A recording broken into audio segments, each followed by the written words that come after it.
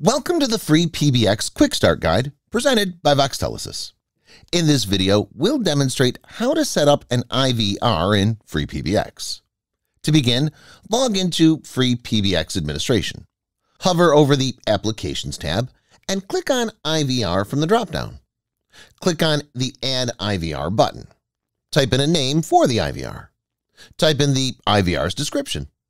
The announcement field should be set to the system recording.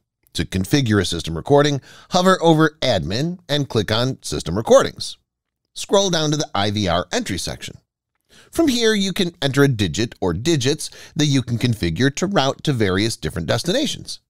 You can configure it to route to ring groups, call queues, IVRs, etc.